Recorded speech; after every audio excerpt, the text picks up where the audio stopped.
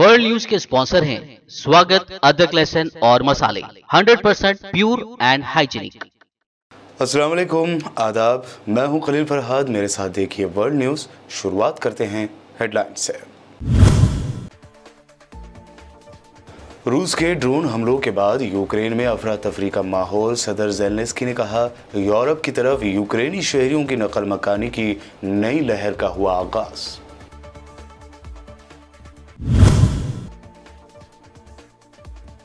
Israeli फौज की firing में एक और फलस्तीनी नौजवान हुआ शहीद। ग़र्ब उर्दन में झड़पों का सिलसिला लगातार जारी, मुतअद्दिद गिरफ्तार।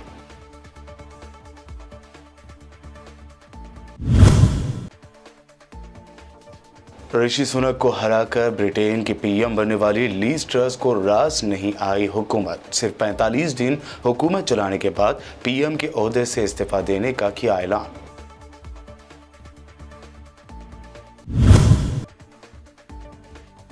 मुगल बादशाह शाहजहां ने ही ताजमहल को बनाया, ऐसा कोई साइंटिफिक सबूत नहीं। इस बात को लेकर दायर की गई दरख्वास्त को सुप्रीम कोर्ट ने कर दिया खारिज।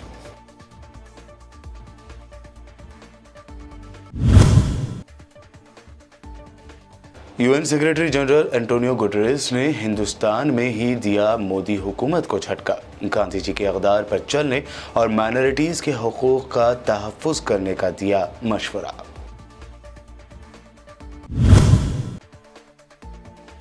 जिहाद का तस्वुर सिर्फ कुरान में नहीं बल्कि भगवद गीता और ईसाई मजहब में भी था। सीनियर कांग्रेस लीडर शिवराज पाटिल का दावा। मजीद कहा, भगवान कृष्ण ने भी अर्जुन से जिहाद की कही थी बात।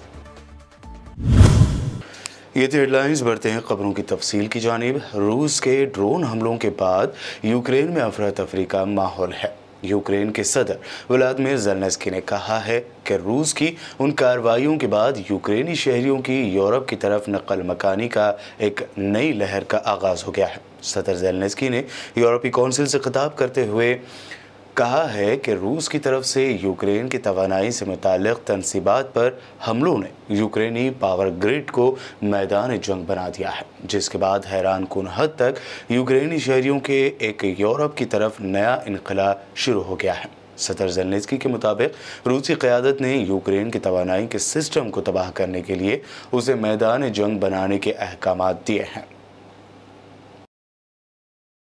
तुर्की के सदर रजब तैयब एर्दोगान ने यूक्रेनी सदर वोलोदिमीर ज़ेलेंस्की से टेलीफोनिक बातचीत करते हुए फिर एक मरतबा जंगबंदी से मुताल्लिक़ मदद की पेशकश कर दी। सदर एर्दोगान का कहना है कि तुर्किया रूस और यूक्रेन के दरमियान जारी जंग को मज़ाकरात के ज़रिए ख़त्म करने के लिए ताउन की पेशकश करने के लिए तैयार है। सदर एर्दोगान का कहना था कि तमाम हालात में सिफारती चैनल्स को खुला रखना ज़रूरी है।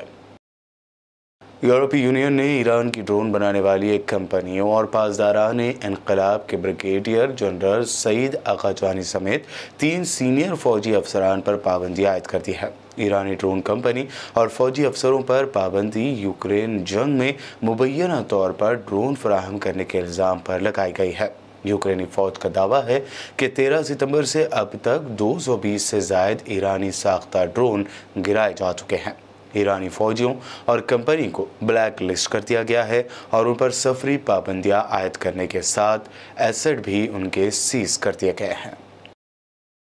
इजरायली वज़ीर-ए-आज़म यार लपीद ने कहा है कि ईरान एक दहशतगर्द रियासत है और रूस के साथ उसके ताल्लुकात दुनिया को ख़तरे में डाल रहे हैं। उन्होंने मज़ीद कहा कि ममालिक के दरमियान ताल्लुकात एक पेचीदा अमल है। बिलाशुबा हम देखते हैं कि रूस और ईरान के ताल्लुकात न सिर्फ इसराइल के लिए बल्कि यूक्रेन, यूरोप और पूरी दुनिया के लिए एक संगीन मसला है। ईरान एक ख़तरनाक मुल्क और दहशतगर्द रियासत है। इसके बावजूद रूस उसके साथ मामलात कर रहा है और पूरी दुनिया को ख़तरे में डाल रहा है। इस दौरान इजरायली वज़ीर-ए-आज़म ने रूस पर यूक्रेन में ईरानी साख्ता ड्रोन इस्तेमाल करने का भी इल्ज़ाम लगाया। काबिज़ इजरायली फ़ौज की फायरिंग से एक और फ़लस्तीनी शहीद हो गया है। इस वाक़े की फ़लस्तीनी वज़ारत सेहत ने भी बाज़ाब्ता तौर पर तस्दीक कर दी। तफसीलात के मुताबिक ये वाक़या इसराइली फ़ौज की जानिब से मगरब किनारे में शुरू किए गए छापे के दौरान जुमा की सुबह शुरू होने के बाद पेश आया। फ़लस्तीनी आईनी शाहिदीन के मुताबिक इसराइली फ़ौज के छापे के दौरान फ़ौज की फ़लस्तीनियों के साथ झड़पें शुरू हो गई और एक फ़लस्तीनी नौजवान सलाह बराई की इसराइली फ़ौज की फायरिंग की जद में आ गया। बातज़ां शहीद फ़लस्तीनी के लिए ताज़ियती प्रोग्राम रखा गया था, ताहम इसराइली फ़ौज ने इस प्रोग्राम को होने नहीं दिया। दूसरी जानिब ग़र्बी उर्दन में इसराइली फ़ोर्स और फ़लस्तीनियों के दरमियान लगातार झड़पें जारी हैं। इस दरमियान इसराइली फ़ोर्स ने वेस्ट बैंक में इसराइली जारहियत का कवरेज करने वाले फ़लस्तीनी सहाफ़ियों पर भी हमला किया, उन्हें धक्के मारे और उन सहाफ़ियों को कवरेज करने से रोक दिया।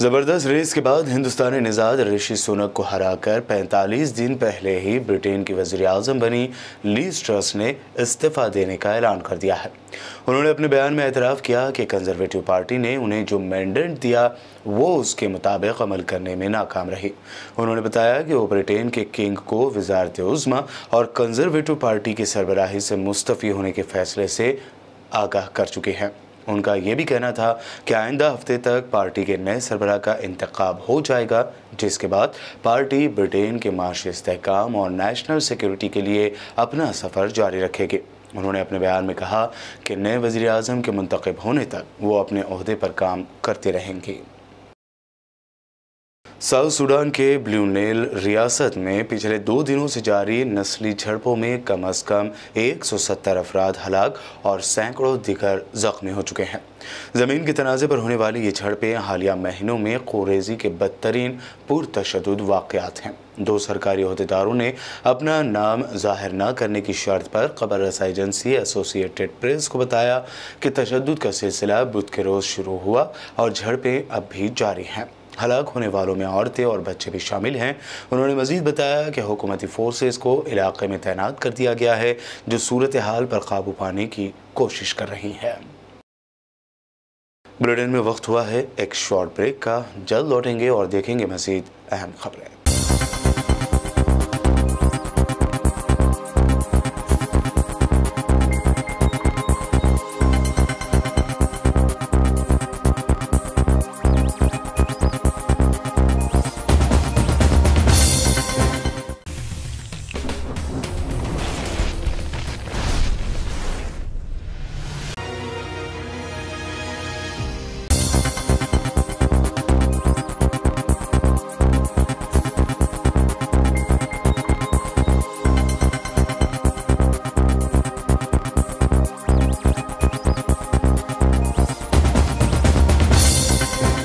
ब्रेक के बाद आगे बढ़ते हैं और अब देखते हैं मज़ीद अहम खबरें। मुग़ल बादशाह शाहजहां की बनाई यादगार और दुनिया के 7 अजूबों में से एक ताजमहल की असली तारीख का पता लगाने को लेकर कमरे खुलवाने की एक दरख्वास्त सुप्रीम कोर्ट में दाखिल की गई थी, जिसे अदालत ने मुस्तरद कर दिया है। अदालत ने कहा कि ये पब्लिसिटी इंटरेस्ट लिटिगेशन है। हाई कोर्ट ने इस दरख्वास्त को खारिज करके कोई गलती नहीं की है। Justice M.R. शाह और जस्टिस M.M. सुंदरेश की बेंच ने दरख्वास्त को मुस्तरद कर दिया। दरख्वास्त में कहा गया था कि कोई साइंटिफिक सबूत नहीं है कि शाहजहां ने ही ताजमहल बनवाया था। ताजमहल के तहखाने के कमरों को खुलवा कर सच और हकीकत का पता लगाने की दरख्वास्त की गई थी। हिंदुस्तान के दौरे पर मौजूद अक़वाम मुत्तहिदा के सेक्रेटरी जनरल एंटोनियो गुटेरेस ने इंसानी हुकूक़ के रिकॉर्ड को लेकर मोदी सरकार पर तनकीद की है। UN चीफ ने गांधी जी के इक़दार पर अमल करने की तलक़ीन की ताकि मुख्तलिफ़ मज़ाहिब और रिवायात वाले मुल्क में सभी कम्यूनिटीज़ के हुकूक़ की हिफाजत करके इसे मजबूत बनाया जा सके। गुटेरेस ने कहा कि ह्यूमन राइट्स काउंसिल के एक मुंतखब रुकन के तौर पर मैं हिंदुस्तान पर आलमी इंसानी हुकूक़ को शक्ल देने के लिए कह रहा हूँ, जबकि माइनॉरिटीज़ के अरकान समेत सभी अफराद के हुकूक़ की हिफाजत करने की ज़िम्मेदारी हुकूमत की है।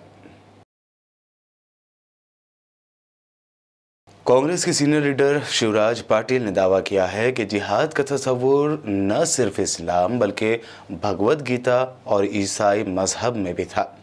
बीजेपी ने पाटिल के इस दावे को लेकर कांग्रेस पर तनकीद करते हुए इसे वोट बैंक की सियासत करने का इल्ज़ाम लगाया है।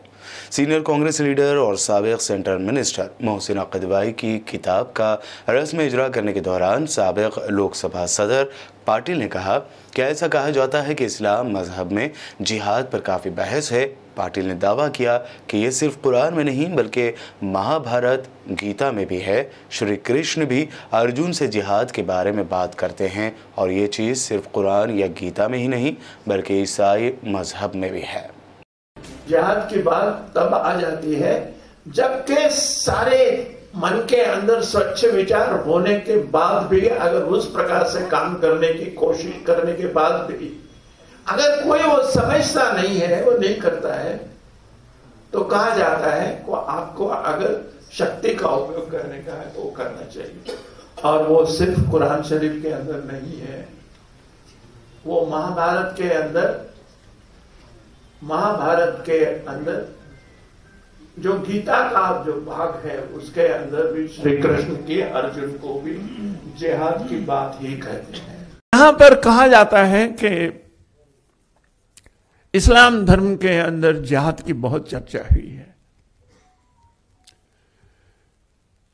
अब ये जो सब कुछ पार्लियामेंट में हम काम कर रहे हैं वो जिहाद को लेकर काम नहीं कर रहे हैं, हम विचार को लेकर काम कर रहे हैं। और जिहाद की बात भी कब आ जाती है? जिहाद की बात तब आ जाती है जबकि सारे मन के अंदर स्वच्छ विचार होने के बाद भी अगर उस प्रकार से काम करने की कोशिश करने के बाद भी अगर कोई वो समझता नहीं है, वो नहीं करता है, तो कहा जाता है कि आपको अगर शक्ति का उपयोग करने का है तो वो करना चाहिए। और वो सिर्फ कुरान शरीफ के अंदर नहीं है, वो महाभारत के अंदर जो गीता का जो भाग है उसके अंदर भी श्री कृष्ण की अर्जुन को भी जिहाद की बात ही कहते हैं। और ये सिर्फ ये जो बात है वो सिर्फ ये कुरान शरीफ में और गीता के अंदर है ऐसा नहीं है, मगर जो क्रिश्चियन लोगों ने लिखा है, जैसे कृष्ण ने भी लिखा है, और उन्होंने लिखा है कि I have come here not to establish peace but I have come here with sword also. उन्होंने लिखा है, यानी सब कुछ समझाने की कोशिश करने के बाद अगर समझ नहीं रहे हैं और वो हथियार लेके आ रहा है तो आप भाग के नहीं जा सकते हैं, उसको आप जिहाद भी नहीं कर सकते हैं और उसको गलत बात भी नहीं कह सकते। ये समझने की जरूरत है। ये तो नहीं होना चाहिए, हथियार लेके समझाने की बात नहीं होनी चाहिए। अगर ऐसा हुआ तो नहीं है। और मोहसिना जी ने अपने किताब में भी यही लिखा है। बीजेपी के लीडरों ने सिर्फ राम के नाम पर वोट मांगा है। ये भाजपा लीडर कभी गाय माता को चारा खिलाने क्यों नहीं चाहते? ये कहना है छत्तीसगढ़ के सीएम भूपेश बघेल का। छत्तीसगढ़ में इन लोगों को 15 साल मौका मिला था। इन लोगों ने राम के नाम से वोट लिया जरूर, लेकिन राम का ननिहाल है, माता कौशल्या का मायके है, पूरी दुनिया में एकमात्र मंदिर है। रमन सिंह 15 साल में एक बार झांके तक नहीं। रमेश बैस जी का तो गाँव है, जो हमारे अभी झारखंड के राज्यपाल हैं, लेकिन कभी इन्होंने सूद नहीं, केवल वोट लेने, चाहे वो राम के नाम से हो चाहे गाय के नाम से है। हमारी सरकार ने राम वनगमन पर्यटन पर्पक का निर्माण शुरू किया है 9 जगह इस साल। अभी पहले चरण में 9 जगह हम लोगों ने चिन्हित किया, तो चंदखुरी और उसके बाद शिवरी नारायण, इसको हमने लिया और दूसरी जगह काम चल रहे हैं। तो लगातार उस दिशा में हमारा काम चल रहा है। इनको तकलीफ क्यों हो रही है? इनको मौका मिला था 15 साल, हमारे तो 5.25 साल में 2 साल तो कोरोना निकला, उसके बावजूद भी लगातार हम लोग काम कर रहे हैं। इनको तकलीफ, ये गाय के नाम से वोट मांग सकते हैं, गौ माता की सेवा नहीं कर सकते। गौठान इतने बने हैं, कभी एक मुट्ठे चारा दे दें, ये भारतीय जनता पार्टी के लोगों से नहीं होता। वो कमी गिनाने जरूर जाएंगे। आप कमी गिनाइए, आपको विपक्ष धर्म है, हम लोग उसको सुधारते भी जाएंगे जहाँ जहाँ सुधार की आवश्यकता है। लेकिन गौ माता की सेवा हम लोग कर रहे हैं, थोड़ा सा जाकर आप भी सेवा कर लो। रुपये के मुकाबले में डॉलर की कीमत रिकॉर्ड सतह तक पहुंच गई है। इसी को लेकर कांग्रेस ने मोदी सरकार पर जमकर तनकीद की। कांग्रेस तर्जुमान अंशुल अवजीत ने बीजेपी हुकूमत को कुछ इस तरह बेनकाब करने की कोशिश की। दोस्तों, गिरता रुपया है और डूबती हुई अर्थव्यवस्था, न कोई सहारा न कोई साहिल। आज तो रुपया 83 से ज्यादा हो गया प्रति डॉलर। यूपीए के समय 2014 मई में रुपए की कीमत थी 58 प्रति डॉलर, अब 83 से ज्यादा। और वित्त मंत्री जी ये कहती हैं कि हम बेबस हैं, हम लाचार हैं, हम क्या कर सकते हैं, ये तो वैश्विक कारण से हो रहा है। डॉलर मजबूत हो रहा है, रुपए कमजोर नहीं हो रहा। तो आप किसी गरीब आदमी के घर में जाइए, दरवाजा खटखटाइए और ये कहिए कि आपकी महंगाई का कारण है एक मजबूत डॉलर, गिरता हुआ रुपया नहीं, कमजोर रुपया नहीं, हल्का रुपया नहीं। दरअसल आरबीआई ने कहा था कि जितना रुपया कमजोर होता है उतना ही महंगाई जो है, उतनी ही महंगाई और बढ़ती है। आयात और महंगे हो जाते हैं, या तो उर्वरक हो या कच्चा तेल हो या खाद्य तेल हो, सीधे महंगे हो जाते हैं। और फिर trade deficit, current account deficit और बढ़ जाता है। और यही नहीं, जो हमारा एक तरह से जो विदेशी मुद्रा कोष है, जो भंडार है, वो कम होता जाता है। पिछले 1 साल में 110 बिलियन डॉलर कम हो गए हैं उस भंडार में, क्योंकि आरबीआई हस्तक्षेप कर रही है रुपए को बचाने के लिए, लेकिन वो संभल नहीं रहा है। जो विदेशी निवेशक हैं वो भी अपना पैसा भारत से निकाल रहे हैं। स्थिति इतनी गंभीर हो गई है और इस पे हमारी अर्थव्यवस्था पे एक नकारात्मक असर पड़ रहा है। तो गिरता रुपए है, मंदी है, बेरोजगारी है, भुखमरी है, यही है हमारी अर्थव्यवस्था की कहानी। दिल्ली में म्यूनिसिपल इलेक्शन का किसी भी वक्त ऐलान हो सकता है। ऐसे में आम आदमी पार्टी ने बीजेपी के खिलाफ दिल्ली में कचरे के बने पहाड़ों के लेकर मोर्चा खोल दिया है। आप लीडर आतिशी ने अमित शाह को इस मर्तबा तनकीद का निशाना बनाया। भारतीय जनता पार्टी ये कहती थी कि अगर कहीं पर भी एमसीडी में पैसे की कमी ले आई तो हम केंद्र सरकार से लेकर आएंगे। मनोज तिवारी जी ने 2017 में ये कहा कि हम एमसीडी को पैसा केंद्र सरकार से दिलवाएंगे। मैं आज अमित शाह जी से पूछना चाहती हूं कि पिछले 5 साल में आपने कितना पैसा एमसीडी को दिया। सच्चाई ये है कि केंद्र सरकार ने पिछले 5 साल में 1 पैसा भी एमसीडी को नहीं दिया। तो एक तरफ दिल्ली सरकार जो पैसा देती गई वो भारतीय जनता पार्टी के नेता अपनी जेब में डालते गए, और दूसरी तरफ केंद्र सरकार ने 1 रुपया भी एमसीडी को नहीं दिया। और आज अमित शाह जी की जुर्रत कि वो कहते हैं कि हमें 3 साल और दीजिए। मैं अमित शाह जी को कहना चाहती हूं कि 3 साल तो बहुत दूर की बात है। दिल्ली की जनता भारतीय जनता पार्टी से इतनी परेशान है कि वो 3 महीने या 3 हफ्ते या 3 दिन भी भारतीय जनता पार्टी को नहीं देना चाहती है। आज दिल्ली वालों ने अपना मन बना लिया है कि जिस तरह कूड़े को अपने घर से बाहर फेंकते हैं, इस बार नगर निगम के चुनाव में भारतीय जनता पार्टी को भी निकालकर उसी तरह बाहर फेंकने वाले हैं। दिल्ली वाले देख रहे हैं कि एक तरफ एमसीडी की सरकार है जो कहती है हमारे पास पैसे नहीं हैं, हम काम नहीं कर सकते, हम सफाई नहीं कर सकते, हम सिर्फ कूड़े के पहाड़ बना सकते हैं। और दूसरी तरफ अरविंद केजरीवाल की सरकार है जो बिजली फ्री देती है, पानी फ्री देती है, इलाज फ्री देती है, शानदार सरकारी स्कूल देती है, बुजुर्गों को तीर्थ यात्रा फ्री देती है, महिलाओं को बस की यात्रा फ्री देती है। तो इस बार दिल्ली वालों ने अपना मन बना लिया है कि जिस तरह अरविंद केजरीवाल ने बिजली, पानी, स्कूल, अस्पताल ठीक करके दिखाए हैं, इस बार एमसीडी की भी जिम्मेदारी वो अरविंद केजरीवाल को देने वाले हैं कि उस स्कूल, अस्पताल, बिजली, पानी की तरह सिर्फ एक अरविंद केजरीवाल हैं जो दिल्ली को साफ करके दिखा सकते हैं। धन्यवाद। यूपी के नोएडा की एक सोसाइटी में एसोसिएशन के इलेक्शन के दौरान हुए तनाज़े में सिक्योरिटी गार्ड्स और सोसाइटी के रिहायशियों के दरमियान ज़बरदस्त झड़प हो गई। इस पूरे वाक़े का वीडियो सोशल मीडिया पर तेज़ी से वायरल हो रहा है। खातून गार्ड के बालों को खींचते हुए और कम से कम 2 दीगर मेल गार्ड्स को थप्पड़ मारते हुए देखा जा सकता है। गार्डों की मुबैना मारपीट में 2 खवातीन के ज़ख्मी होने की भी खबर है कि एसोसिएशन के इलेक्शन के दौरान 2 फरीक़ों में तनाज़ा जारी था। तभी गार्ड्स ने एक पार्टी के हक़ में बात कही, जिसके बाद इन गार्ड्स के साथ मारपीट शुरू हुई।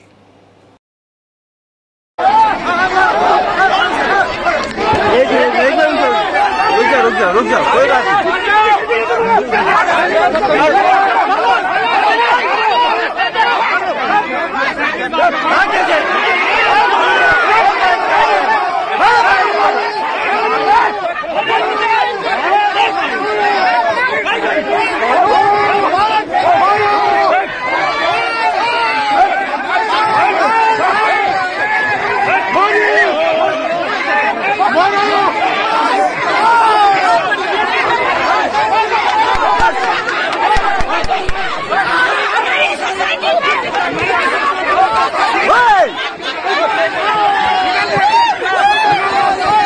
निकलो यहाँ से।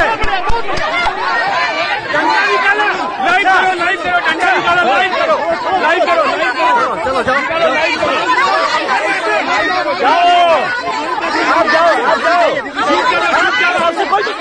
आखिर में हेडलाइंस पर एक और नजर। रूस के ड्रोन हमलों के बाद यूक्रेन में अफरा तफरी का माहौल। सदर ज़ेलेंस्की ने कहा, यूरोप की तरफ यूक्रेनी शहरियों की नकल मकानी की नई लहर का हुआ आगाज।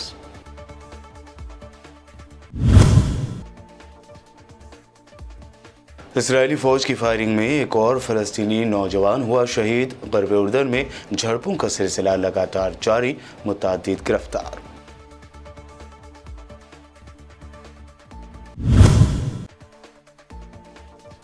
ऋषि सुनक को हराकर ब्रिटेन की पीएम बनने वाली लीज ट्रस को रास नहीं आई हुकूमत। सिर्फ 45 दिन हुकूमत चलाने के बाद पीएम के ओहदे से इस्तीफा देने का किया ऐलान।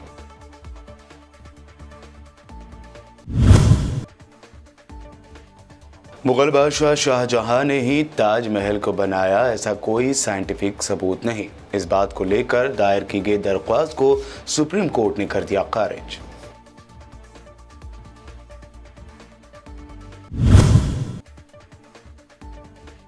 UN secretary general Antonio Guterres ने हिंदुस्तान में ही दिया मोदी हुकूमत को झटका। गांधी जी के अक़दार पर चलने और माइनॉरिटीज़ के हुकूक का तहफ़्फ़ुज़ करने का दिया मशवरा।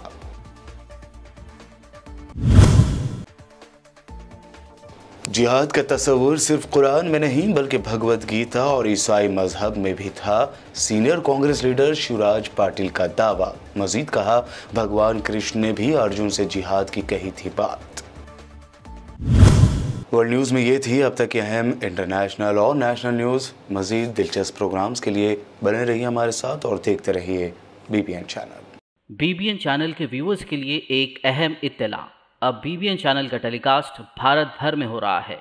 हमारे व्यूअर्स भारत में कहीं भी टीवी पर अब बीबीएन चैनल देख सकते हैं।